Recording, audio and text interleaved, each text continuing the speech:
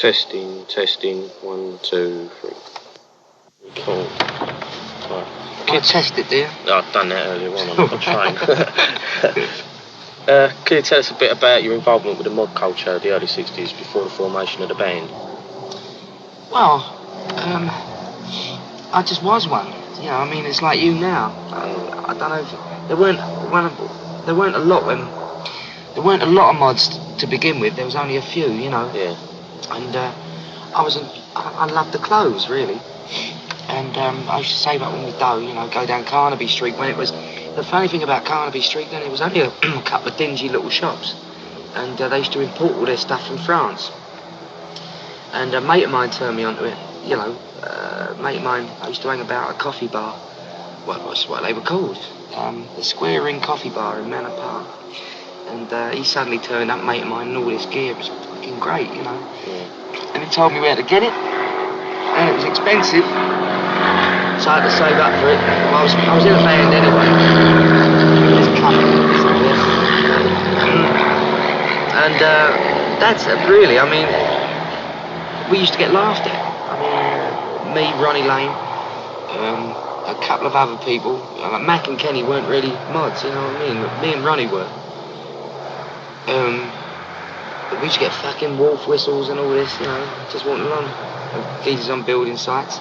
My old man didn't like it at all. I mean, it took a lot of courage in those days, I think. Doesn't it? Yeah, I suppose so.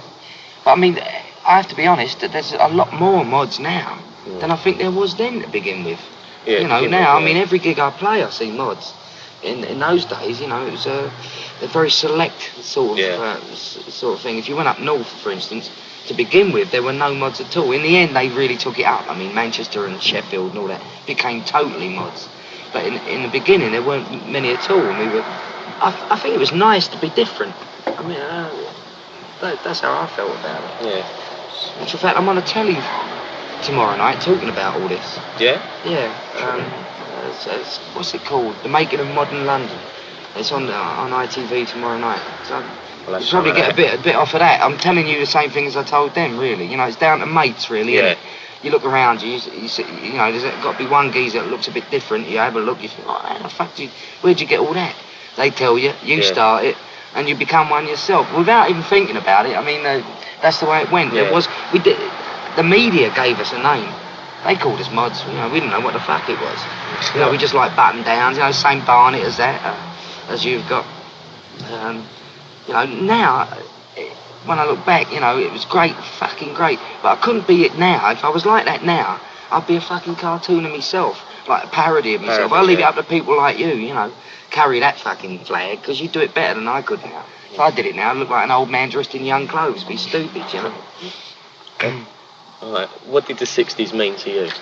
Fucking good time. I had a great time. Tarts for days, you know, drugs up the arse. It was a fucking marvellous time. Yeah? Yeah. Brilliant.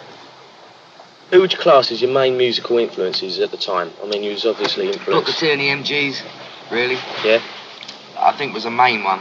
And then people like Otis Redding. Rhythm and blues type. Oh, absolutely, yeah. I mean, that's all. If it weren't black, I didn't like it. Yeah. That's why I was amazed I got done by this. Yeah. What the fuck? I've been pioneering that music all my life. Yeah. During the 60s, clothes played a major part in the mod culture. Did the Small Faces ever try to impress a certain image to the crowd, or did you just dress the way you wanted to? No, it's just the way we were, mate, yeah. I think, you see, the difference with us and the U actually had a manager that sort of saw it and dressed them. Yeah, you know, dressed them. One of them questions in here, actually. Yeah, well, that's the truth. Where we were just off the street. The Small Faces were what they were before anyone discovered them. You know what I mean? Yeah. We were just a little moddy band. Whereas the Who actually got things bought from. That's how he could afford to smash his fucking guitar every night, because they had rich managers that buy him another 10. Yeah. You know, whereas we didn't. You know. Yeah, we weren't. We weren't a manufactured image at all. No, it's the way we were. Small Faces now claim legendary status since the mod 60s I don't revival. claim nothing. What are you talking about? Other people say that, not me. Well, we say that anyway. Since the mod 60s revival of a few years back. Did you set out to become legends in your own lifetime, or did you? No. No, of course not. You know what I mean? Just ordinary kids like yourself. Yeah. Who got lucky. That's all that was. Yeah. You and Ronnie Lane were excellent and prolific songwriters together. However, you left the group in 1968 to form Humble Pie. Did you feel that yourself and Ronnie had written and done everything that you could together? Yes. You did? Yeah. We had another stab at it. I'll have to send you a tape, actually. Me and Ronnie did another album that has never been released. We did it 1983. No, 1981. We had another stab at writing together, and it was all right. We did some good stuff, but I don't think Ronnie really wants it released. You know, he wants to keep hold of it until maybe he snuffs it or something. Then he figures it'll be worth a few bob, or maybe that's my thinking. I don't know, but someone's sitting on them. I ain't got the tapes. I've got copy tapes, but I ain't got the actual master tapes. Yeah. Ronnie's got them, and it was all right. I was very pleased with it. You know, but not a lot of people know we done that. No. What do you feel was your greatest achievement with the Small Faces? Fucking Chrissy Shrimpton.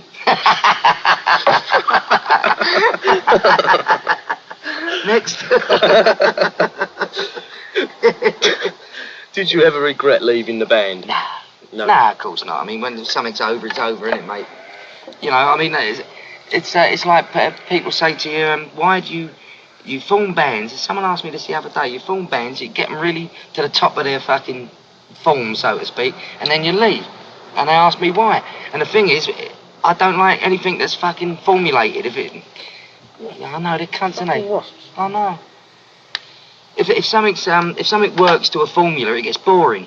Do you know what I mean? Yeah. So, like, I like leaving and starting over all the time. But what I'm doing with a packet, mate, we're having a great time.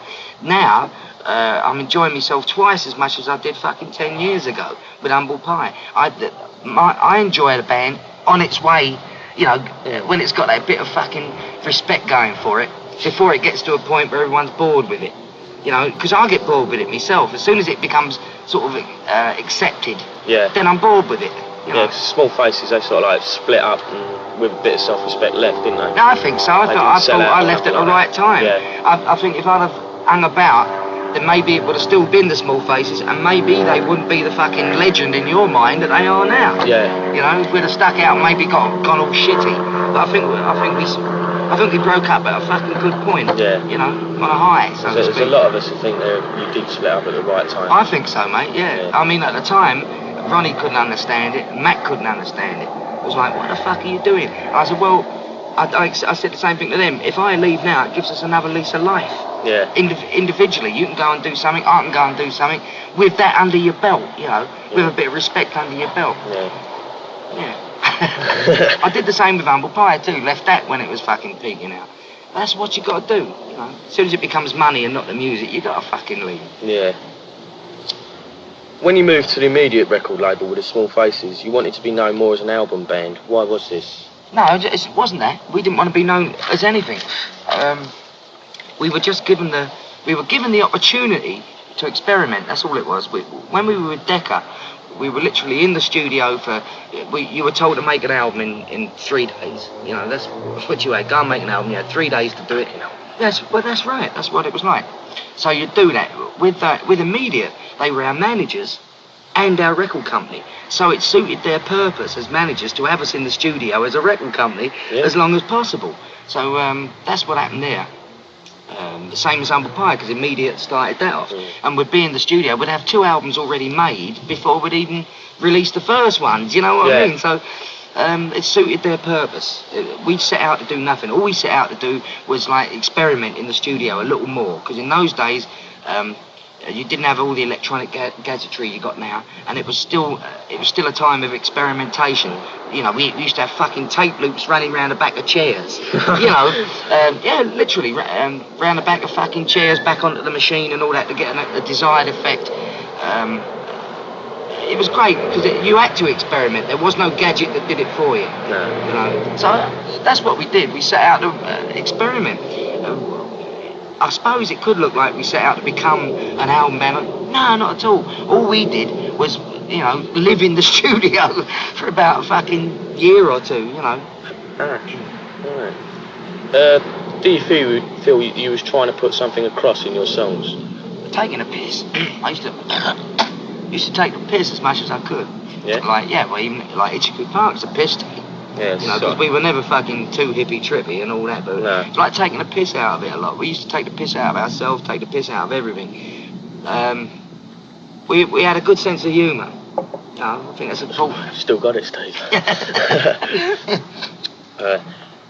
Is it true that you used to have to send a driver to Carnaby Street to do your shopping because of No, what a lot of bollocks. Of course not. Would you? Well, no, not really. No, exactly. No, of course we didn't. We go for fucking... See, in those days, if you had to go down there, you get chased by a load of screaming tarts, because they used to hang about waiting for people like ourselves to go down there. So it was a fucking risk. You had to literally dive in a shop, dive out of a shop, run to the motor. But we never sent anyone to do a fucking shopping. Nah, I wouldn't do it. You wouldn't do it now. You certainly didn't do it then. You were a phenomenon during the 60s over here, and could possibly have been one in the States. How come you never toured over there? Don't know. I really don't know why. We were scheduled to go. In fact, it's a talking point in the States that the original Small Faces were booked to do the Fillmore East for 3 nights and stuff with the Move, us and the Move. And I don't know if they went, but we never went. I don't know why. I think it's a case of English managers don't like you going to America. In those days, put it this way, they didn't like you to go because they didn't have the control over you. Yeah. It would have meant that the English management would have had to farm you out to American management who knew their country. Mm-hmm. And the same applies now to American managers. Having had a few American managers and living in the States, they don't like you coming to England because they're out of control. Yeah. You know, like they want to control you totally. And when they can't, they get the horrors. So obviously, the English people would rather keep you in Europe, and the American management would rather keep you in the American territories like Hawaii, Canada, you know, America. That's the way they work. Because the minute they have to farm you out to another fucking businessman, they get the horrors that they're going to get shafted like they're shafting you. You know? Right. What would you class as the all-time best Marriott Lane composition? Fuck knows. See, me and Ronnie, I'll be honest with you, we didn't write a hell of a lot together. We wrote apart, just like Paul McCartney and John Lennon or Keith Richards and Mick Jagger. They don't really write together, they just heap it together. Yeah. So we didn't really write a lot together. I think maybe Breenie the Doctor's Delight, I think is probably the thing that me and Ronnie laughed at most, writing together. And a thing called Happy Days Toy Town that we did on the Ogden's Nut Gone Flake album. We wrote those together, and Itchycoo Park. Maybe those 3, you know, sums me and Ronnie up, you know, because we actually wrote those together. All the rest, nigh on 100% of the rest were written individually. You know, like I wrote Tin Soldier, Lazy Sunday, All or Nothing, stuff like that. Ronnie wrote Song of a Baker. He wrote the more obscure type of song, but really good songs. I mean, he wrote great songs, but they were more obscure. I tended to write the hits, you know what I mean? Right. During the mid-60s, there were a lot of bands who, unlike yourselves, jumped on the mod bandwagon, like The Who. They were never mods, they just were groomed that way by Peter Mearden. At that time, what did you think of them and other groups like them? Thought they were great, mate. Yeah. You know, I mean, at the time, we didn't know that, did we? It's only in retrospect and hindsight. Yeah. You can look back and see, as you say, Pete Mearden, great mate of mine. The way he did, and Kit Lambert, the way they kitted them out. You know, we've talked about this earlier, didn't we? But then there were legitimate bands like The Action that were the same as the Faces, just off the street. That's the way they were. They weren't groomed at all. But you've got it dead right. That's exactly right. There was a load of bands like Grapefruit, fucking John's Children, The Gods. All these. Yeah. These were groups that were groomed to be. You know, they were sent to an hairdresser. They were fucking told, I'll go and get all these clothes from this particular shop. There were a load of rotten, horrible bands that were, you know, had a lot of money spent on them and amounted to fuck all. Yeah. You know, so out of all that fucking quagmire of bands, the Faces come to the top because I think they were legitimate, and I think it showed. Do you know what I mean? Right. Moving on to the present day. When and why did you form the Packet of Three, and why the name the Packet of Three? Why not? I don't know. It was 3 of us. But we'd always the Packet of Three. I come back from. I was living in America. I came back 1983. I came back because my dad was ill, so I just came back and he was all right. So I thought, well, fuck it, he's all right. And I got coerced into staying in England, really, by Jimmy Leverton, who plays bass with me, and a couple of other people said, why don't you fucking hang about, you know, play a bit in England again, because up to that point I'd just concentrated on playing in America for years. I thought about it, and I found a new old lady. Well, I say new, she was my girlfriend when I was 16. And I thought, well, this sound, it all felt good, do you know what I mean? So I decided to stay in England. The packet of three, why the name? Because there was three of us, and we'd often laughed about what would you call a three-piece. You know, and a packet of three was such a funny name, it used to do us up laughing. So, the same thing is that sort of having a sense of humour about yourself, not take yourself too fucking serious, you know. Alright. You released a new version of What You're Gonna Do About It, and I believe an album, or somebody told me anyway. Yeah. Are there any plans for any more singles and perhaps an album? Yeah, oh yeah, without a doubt. Yeah? Without a doubt, but what I'm doing at the moment is I've got a little studio set up in my bedroom. I've always had me a little studio set up, whether it's a professional one or an amateur one, I've always had one. With Humble Pie, I used to record everything, you know, do the whole lot myself, engineer it, produce it, edit it, a lot. What I'm doing now is stockpiling a whole lot of new songs, ready for when we've got the time and the money to go into a studio and do it. At the moment, we don't have the fucking time or the money, so, you know, but I will. What sort of album would it be? Like a rhythm and blues type thing, or...? Well, no, not really. I mean, see, like, I mean, my history is exactly what I am. The sort of songs I write are usually silly old love songs or whatever, but they're sort of tuneful bits, you know. Yeah. How can I put it? No, it'd be a continuation of what I've always done, like the Faces or whatever. It'd be a continuation of that, or Humble Pie. You know, I suppose it has to be a little bit R&B influenced because that's the way I sing and that's the way I am. But there's some good stuff. I'll let you hear it one day. Yeah, I'd like that. Yeah, I'll send you a tape, that's what I said. True. Give us your address, Lee, and I'll send you a tape. Okay then, mate. Right. You appeared on the Mod Aid single last year, of which proceeds went to the Band Aid Trust and Ronnie Lane's Arms charity. How did this come about, and how did you feel when you was asked to do it? Well, how would you feel? Chuffed to bits. Yeah, well, they asked me, I said, sure, you know. The way it worked out was, when Ronnie did all his arms stuff, I was living in America, so I couldn't really do it. And I felt a bit sick about it, because all the people jumping on the stage with Ronnie they didn't really know him, you know. So, like, of course, everyone said, well, why aren't you doing it?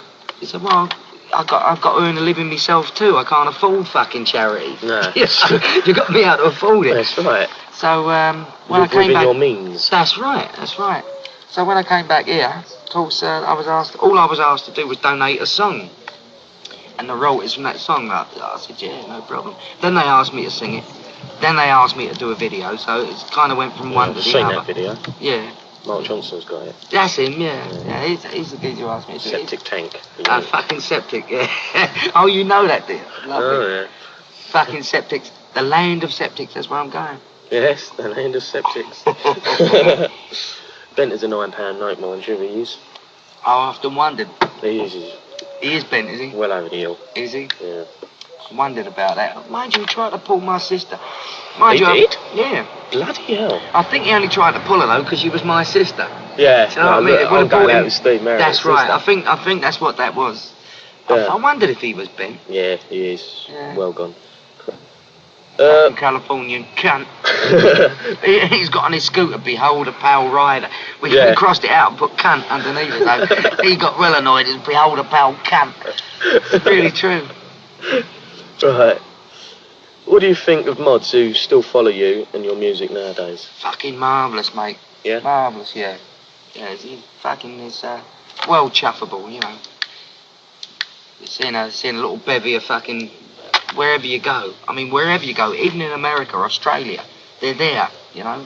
Mods in America, mods in Australia. Yeah, you're getting a lot of them over there now. That's right. I know a load of them in America and Australia. Right. That's right. And they all turn up to see you, and it's fucking marvellous, really. It's like, fucking hell, it's like a legacy. Yeah. You know, it's nice to know that you started something, you know, put it this way, how old are you? 19. Well, you see, you probably weren't born when I was a fucking mod. 1967. That's what I mean. That's what I mean, see? So, I mean, stuff like that, it means you started something that's good. Yeah. Alright. Chuffed to bits, I am. Chuffed to bits. Have you any desires to get back into the charts today? I mean, you certainly blow a lot of the shit away that's in the charts now. No, of course. It goes without fucking saying. Yeah. But I mean, I've done all that. As far as I'm concerned, I ain't got fuck all to prove, except when I play live. You know what I mean? Yeah. That's when you have to prove it, if you're good or bad. You've proved that you can make the charts on all your vinyl outings. Yeah, I don't fucking care about that no more. No. And frankly, records never earned me any money anyway. They were just a fucking giggle. And let's face it, we got to live. So, like, that's why I'm playing live as much as I can. It's me living. Records has never been me living, so I don't worry about it. Yeah. You know, someone got the fucking money, but I didn't. You know, so who cares? It's always the way, isn't it? Yeah. How long do you plan to continue gigging in pubs and clubs? Well, until I can't. Until you can't, yeah? Until I can't. You know, until there's no demand or... until I physically can't. I mean, to me, that's where I belong, in pubs and clubs. You know, I've done Shea Stadium, I've done Madison Square Garden, and frankly, I got no satisfaction out of it. You know, really? I mean, it was an experience, but it was a very unsatisfying experience. It was like playing to a fucking great pond. Do you know what I mean? Yeah. I mean, you might as well fucking watch paint dry. When I play pubs and clubs, you get the actual, you can see the people, they're right there. They can see you fucking sweating and working. You know, there's no posing about it. No, do you know what I mean? It's a real thing. And that's what I believe in. It was like my lot Saturday night. We just freaked out. Where was that? Walthamstow. Oh, yeah. What a lovely gig, wasn't it? Brilliant. Best one I've ever seen you do. Yeah, it was a good gig. That's fucking right. It was a lot of fucking charismatic, a lot of energy, a lot of fucking vibes from the crowd. And that's the way it should be. And if I've stopped doing that before, I've fallen into that trap of money, where you go and you do huge fucking gigs for money. You know, that's all it is. I mean, all these dirty, great fucking places in America, Moose Halls, great big hockey ice stadiums, whatever, it's all for money. It's not really for the music. No. Whereas you do the Royal Standard, you pack it out, and the atmosphere is electric. That's what it's all about. Yeah. That, to me, is what it's all about. It's sheer thrill of well, I get such a buzz out of it myself. You know, that's why I love it. And so do your fans. Oh, well, bless their hearts, mate. Alright, really answered that question. What? Do you enjoy playing in smaller clubs and pubs as Of course I fucking... larger places? Yeah, that's right. Much more so than big gigs. Yeah, that's right. Have you ever seen or heard of any of the current mod bands at the moment? Yeah.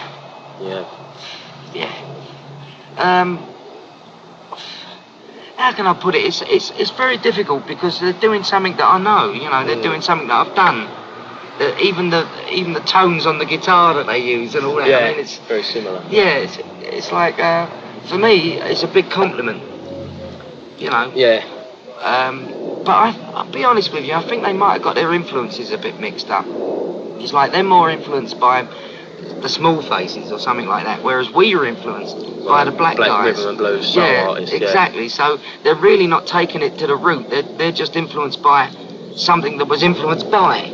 Well, I feel some of the groups they draw a cross section, like they're influenced by the Small Faces and also by the black musicians. Well, that's great because they hear it in the clubs every Friday, Saturday, Sunday night. Well, that's great. You see, what worries me is that like the sort of music that was available to us when we were nippers is no more available. All right, you can get compilation albums and stuff like that, but they're not really the thing. You know, we had the more obscure stuff. You know. Like the Contours, First I Look at a Person, all that. It's hard to get hold of a lot of that stuff now, and it's a shame. Yeah, and you don't really get to hear it on the radio. Let's face it. Right, just get like disco shit. Yeah, well, that's my point. You know, they're more influenced by the easily accessible stuff. You know, which is Small Faces, the what have you. But our actual influences go back a long way before that. Obscure stuff, the early James Brown albums and stuff like that. Which is very hard to get hold of now, I think. Yeah. You know, I mean, have you ever heard James Brown live at the Garden? You heard that album? That's what I'm trying to say, see. Never heard that. No. Well, I've still got them. You know, I mean, I've still got them. Was you a big sort of like record collector during the time? Yeah. Fucking hell. I mean, that's how I met Ronnie. You know, it was by playing him records. I cabbaged him with fucking sounds, you know. He couldn't believe it. He couldn't believe how anyone could have so much fucking... They're after your bleeding lacquer, mate. Look. Out!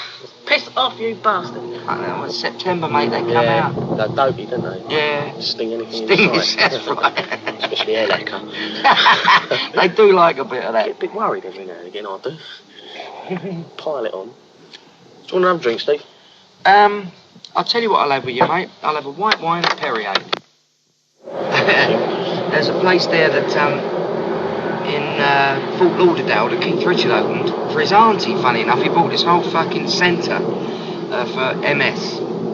And he bought this centre there in Fort Lauderdale, and he paid for Ronnie to go there. And my job was to take Ronnie there and live with him. I say it was my job, it was my pleasure, but it was also something that was pre-arranged for me to take him down there. And we got a lot of these songs that I'll give you together down there. Yeah. And his mind is overactive. You know? Yeah, it's sort of like still buzzing away. Oh, fucking slightly. But physically he's knackered. Yeah, physically, you know, yeah. which is a fucking shame. Yeah. But he still writes, the way he writes is to tell you, he says, yeah, do this, do that, play this chord with these words, whatever. I mean, he can still do it. Well, I'll prove it to you. As I say, I'll give you this stuff. And this was done, what I'll give you was done 1983. It was done in Loughton. Just at the road? Yeah, at the Corbett Theatre. We hired the Corbett Theatre and took Ronnie's mobile studio down there. Yeah. He did a lot of stuff down there. He's bless his little heart, he's knackered, really. Yeah. He's got no wheels. It's a shame. Left. Yeah, he's like an ant with no wheels. That's what we carried about. That is a shame, actually. He was so active, wasn't he? Really. Yeah, terrific boy. Struck down by something like that. Well, his mum had it. Did you know that? No, I didn't know. Yeah, His mum. So it's sort of like hereditary type thing, is it? Exactly. Well, he didn't know that. He was told it wasn't hereditary. See, when we were together, his dad, who's dead now, God bless him, Stanley Lane, who was a masterpiece of a person. He was an absolutely fucking wonderful man. And used to carry Ron's mum about, wherever she came to a gig, which I think she might have done once. But they lived in them fucking high-rise flats in Plaistow. Oh. That's right. I know them. Yeah, what's name Point and all that. Yeah, them. And Ronnie's dad, Stan, used to carry his mum about everywhere, and it was I didn't quite understand what was wrong with her then. Because MS was something that I didn't quite something understand. new, wasn't it? Yes, right. It's like AIDS now. That's right. You know, you don't know nothing about AIDS. That's dead right, moment. that's right. It used to fucking worry me. I remember being around Ronnie's flat when he moved to Chelsea, and she had an attack, because it comes in waves. Yeah, spasms. That's right. I mean, they get better, and then all of a sudden they have a fucking attack that takes them months back, Yeah. retards them. Oh. And Ronnie had just made an excuse for her, like, oh, sorry, mate. He used to really worry me, because he was like, she couldn't talk. It's like, fucking hell, is that your mum, Ron? And he was told that it wasn't hereditary. So he said to me a few years ago, if I'd have known then what I know now, I wouldn't have abused my body so much. He wouldn't have done so much fucking, speed and coke and fucking ash and drinking and all that. He would have fucking left it alone had he known. Because it was then discovered, about 7 years ago, they discovered that it was only hereditary from mother to son. Not from father to son or mother to daughter. It was only hereditary from mother to son. I wonder why that is. I don't know. That's weird, no isn't idea. It? Yeah. I mean, usually hereditary things, they affect the whole family. No, usually, but it doesn't. It's just the sons from the mother. Cool. Put it this way: if your mum's got it, if you've got a sister, she won't get it, but you will. You will, yeah. So he didn't know that. He was told not to worry. That's what he was told. No problem. It's not hereditary. And poor little sod. Of course, I mean, he did everything we all do, which in the long run paid him back in fucking spades. Nasty was. Isn't it? There's one thing I have got to ask. Is there any chance of a Small Faces reunion gig? Nah. No? No. I'd finance it myself. No, mate, I don't think so. But although I say no, nothing's impossible. I mean, the Faces we formed earlier on this year for Rod Stewart, didn't they? Yeah, well, but that's for. I think that was more for the money and Ronnie, Yeah. I don't really think so, mate. I can't see it. No. But I'd say that. Who knows? Who knows? Yeah, That's right. Tiny time will tell. Another thing, my mate at work, he wants to know He's heard rumours that the song of Universal was recorded in your back garden. It was. It was? Yeah, on one of them. On one of them, yeah? Yeah. I wonder where you got the sound of the cars and the dog. Well, there's me roadie turning up. Yeah. I was ready to go to a gig. Well, I got up, had a bald egg in a garden, had me 12 string, and I'm writing this song, and I thought, oh, quick, this sounds good, I'll slap it down. It was a mono version of one of these when they were new, you know. Yeah. So I put it down and said, why the dogs are barking, because the fucking roadie turns up.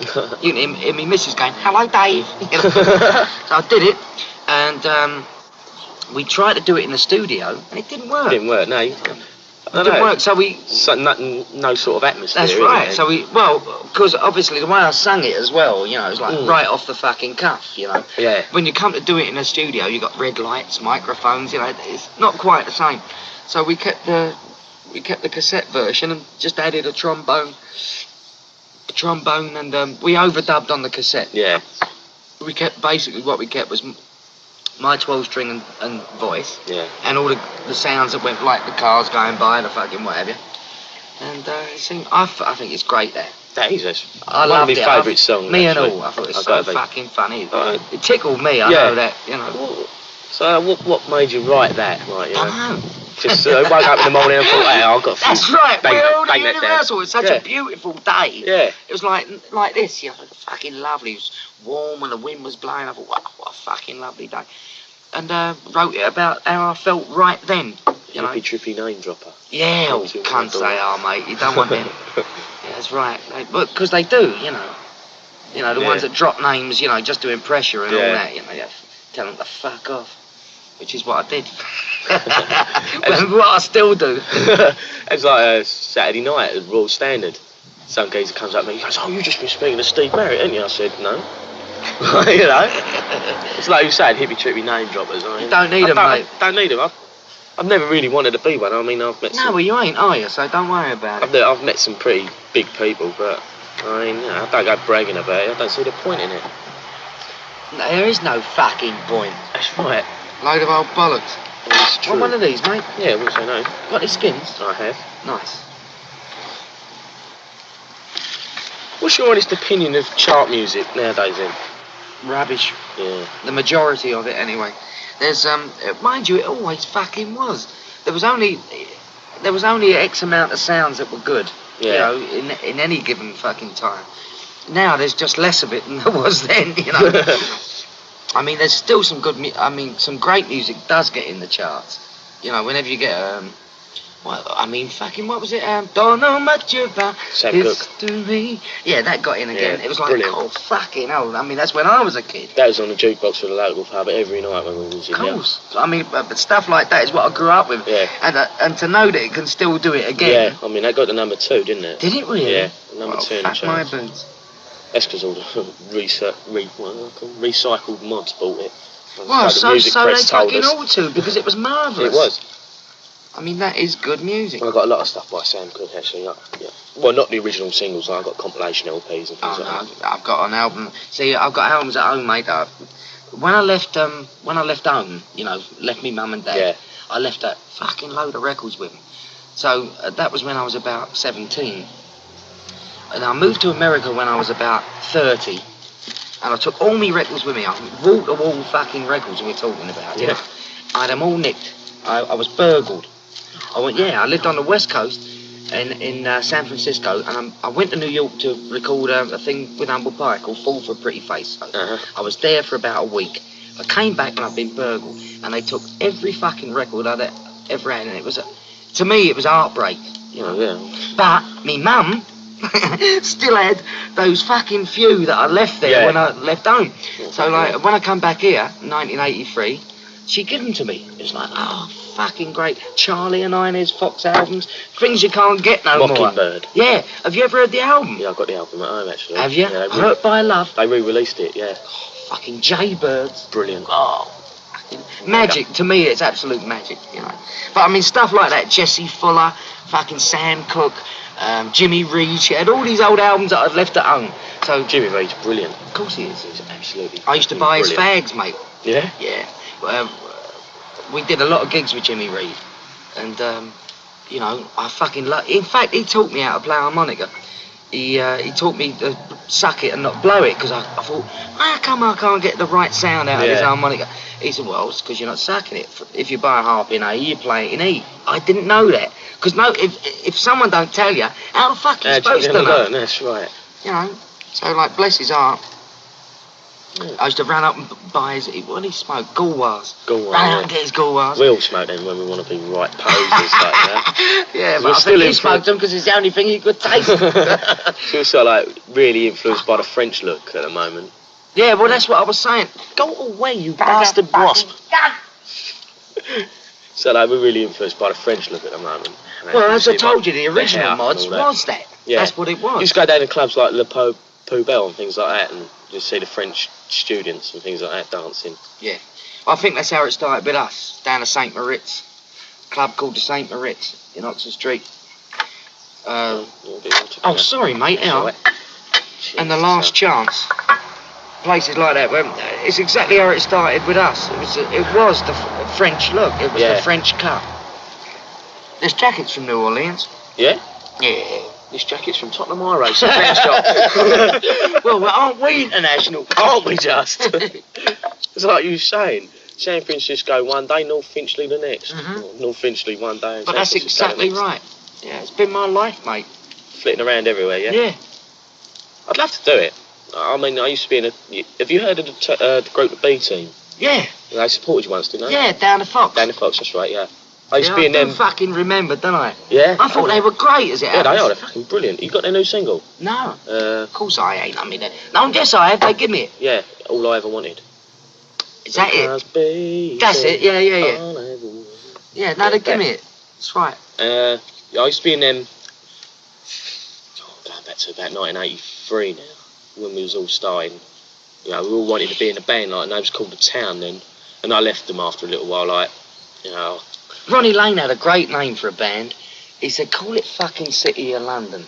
He said, because you get T-shirts for fuck all. He was thinking merchandising. Merchandise, yeah. City of London. His brain is sharp, isn't it? Oh, yeah. Well Union sharp. Jack's fucking T-shirts. He said, like, you don't have to buy them because everyone else fucking... That's right. You know, everyone else supplies them. He's dead right. Nice name for a band too, City of London. Yeah. City of London, yeah. You see so many of them T-shirts around uptown, don't you? That's right. He weren't wrong, was he? No, he weren't. When we got together, we called ourselves fucking the Magic Midgets. Called ourselves.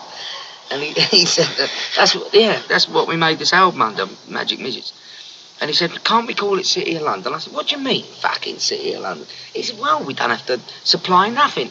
He said, the City of London, man. He said, can you imagine the deals we could do for the fucking tourists and all? I thought, listen to this, he's supposed to be fucking crippled. Right on the money. Marvellous. We'll go back to my house in a minute. Yeah. And I'll make you a copy of all this stuff. You know, well, at least someone else, apart from me and Ronnie Lane, will have a copy of it. And I like that. I like the idea of that. Because I think it's selfish to keep it. Yeah.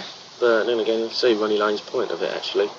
What? So, like, well, keeping it to himself, like... Yeah, I know. Like I know that, but at the same time, like, I know, but that's fucking selfish, you know. Yeah. I'd rather other people heard it. You know, yeah. Well, Keith Richards heard it. In fact, he paid for it in the long run. Yeah. That's his art. Yeah. He loaned me the money to do it. Oh. Because he knows that I'm not a rich boy. Who is nowadays? Nah, exactly. I don't want to fucking be a rich boy either. Oh, I don't. I keep my wages. There's no money in being rich. You have to fucking, you know, keep it up, don't you, all the time? Keep up the facade of being rich. Oh, yes, yeah. Fuck that. Oh, what's it? Looks just like over £1,000 you've got in your front pocket. Oh, just a bit of loose change I left in my trousers when I sent it to I'll give you a great example. There's a mate of Jimmy Leverton who plays bass with me. He's got a mate who's into time-sharing fucking Mallorcan flats and all that. And he's going like, I've got so much money. He said, I don't know what to do with it. I was there when he said it. I said, really? He said, yeah. I said, oh, fucking hell. So he borrows 300 quid off a gym and never paid it back. He couldn't fucking afford to. So it's like, and the money he borrowed from Jim, this 300 quid was for one night at Stringfellas to impress a client. Fucking hell. Yeah. So that's his facade of being rich. You see what I mean? Talking of Stringfellas, got a good story. No, I know Pete well, though. I mean, Pete Stringfellas a fucking nice geezer. The Mojo Club in Sheffield was a big mod fucking stronghold. And we used to play it all the fucking time, needless to say. And now he's doing all this. I think, great, go on, he's mate. Moved on, hasn't he? Yeah, we'll take it out of posers. All he's doing is, I call him NUBR, mate, the NUBR, National Union of Bung Removers. And he fucking removes their bung, doesn't he? Not much. So we went down Covent Garden the other night to see Gino Washington play. And the car broke down in one of the back streets, so we had to push it round near Stringfellas, like. And all these posers outside with their, half pints of T-shirts lager. with holes in it. That's right, yeah, all them cunts. Holes by Gucci. Holes by Gucci, yeah, look. Like my T-shirt, it's got holes by Moth. That's fucking right, But And, they pay a lot of money to look poor. Yeah, they do. I've never heard that one before, that's good. I like that. We had to push it past Stringfellas, and all these posers out there with half pints of lager and all that, and their little shorts and things like that. And it's all taking a piss. My mate Big Bob, I mean, he's a fucking big geezer. He's about 6.5 foot tall, and he's built like 2 brick shit houses cemented together. And he just went up to one of them, got hold of him, he's gone, "Chew on that, you cunt." Like, Wow, you do, you're forced to, aren't you? Yeah. He goes, "Well, nothing, mate, and just run back inside Stringfellas, like the bouncers come out. Pete fired a geezer. I've only been down there twice. And the first time I went down there, they wouldn't let me in. Because I was dressed like I am now, like a fucking tramp. New Orleans jacket, and ivory and all that. And Tottenham Hotspur jacket and over here. That's right. They wouldn't let me in. They let the tarts in, they let me missus in, all that. Wouldn't let me in. So anyway, I see Pete's brother, I think his name's Paul or John, I can't remember. He goes, "Steve, is that all, mate?" So they fucking fired the geezer that wouldn't let me in. I thought, that's class. That's class. I like that. That's class. Right. And in front of me and all, in front of me, you are out. We're like, "Go on, my son." Fucking coon wouldn't let me in. Bastard, eh? Yeah. And the next time I went down there, I've never had to pay for a drink down there because Pete, he knows his mates. You know what I mean? Yeah. So, we tried getting there once. No, I paid 3 tarts and 1 on each knee. It was fucking ridiculous. I know. Oh dear, oh Lord. I thought, you lucky cunt. Yeah, we tried getting there once. There's an old crowd of us like, I wouldn't let us in though. No, well, fuck it. It's a poser's gaff anyway. But the only reason I wanted to go in there because I was pissed in the first place, and I just come from somewhere else. So it was like one of the tarts says, "Let's go to so and so Stringfellas." Right, down you go. And the thing is with Pete, that he sees me, when he sees me, it's like old days, It's like, "Yeah, Steve, whatever you fucking want, bless his heart." Yeah, he's made a million, hasn't he? Millions and millions out of nothing. Yeah, really. well, out of posers. That's right. Out of fucking posers. And they are nothing, really. No. Mind you, I mean, the majority of mods are posers. I mean, I'm a poser. No. There's a difference. There's a fucking difference. There's wearing clothes because you like them, and wearing clothes because you think other people will like them. And you think, that's I'll right. be in the That's right. There. See, if you wear clothes because you like what you're wearing, that's legitimate. But if you're wearing clothes strictly because you think he might like it, that's not legitimate. Big difference. Yeah, I mean, another drink? I'll get them. No, you fucking won't. I fucking will. Come on, Steve. Give me the privilege of giving you an interview.